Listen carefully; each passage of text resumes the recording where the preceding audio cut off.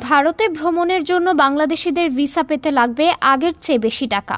নতুন সিদ্ধান্ত অনুযায়ী ভিসা প্রক্রিয়াকরণ ফি ৮২৪ টাকা থেকে বাড়িয়ে ১৫০০ টাকা নির্ধারণ করেছে Indian visa application centre IVSE। এই নতুন ফি কার্যকর হবে আগামী ৮ আগস্ট থেকে। IVSE এর ওয়েবসাইটে প্রকাশিত বিজ্ঞপ্তিতে জানানো হয়, কার্যক্রম পরিচালনার ব্যয় বাড়ায় এই সিদ্ধান্ত নেওয়া হয়েছে। এই ফি মূলত সার্ভিস চার্জ হিসেবে গণ্য হবে। উল্লেখ্য, প্রায় ১ বছর ধরে বাংলাদেশিদের জন্য ভারতীয় ভিসা কার্যক্রম বন্ধ রয়েছে।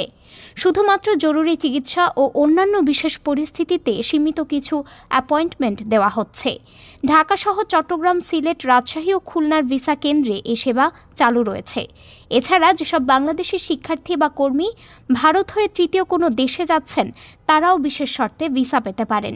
তবে এজন্য সংশ্লিষ্ট বিদেশি দূতাবাস থেকে আগে থেকে অ্যাপয়েন্টমেন্ট নিতে হবে। ডেস্ক রিপোর্ট, আজ বার্তা।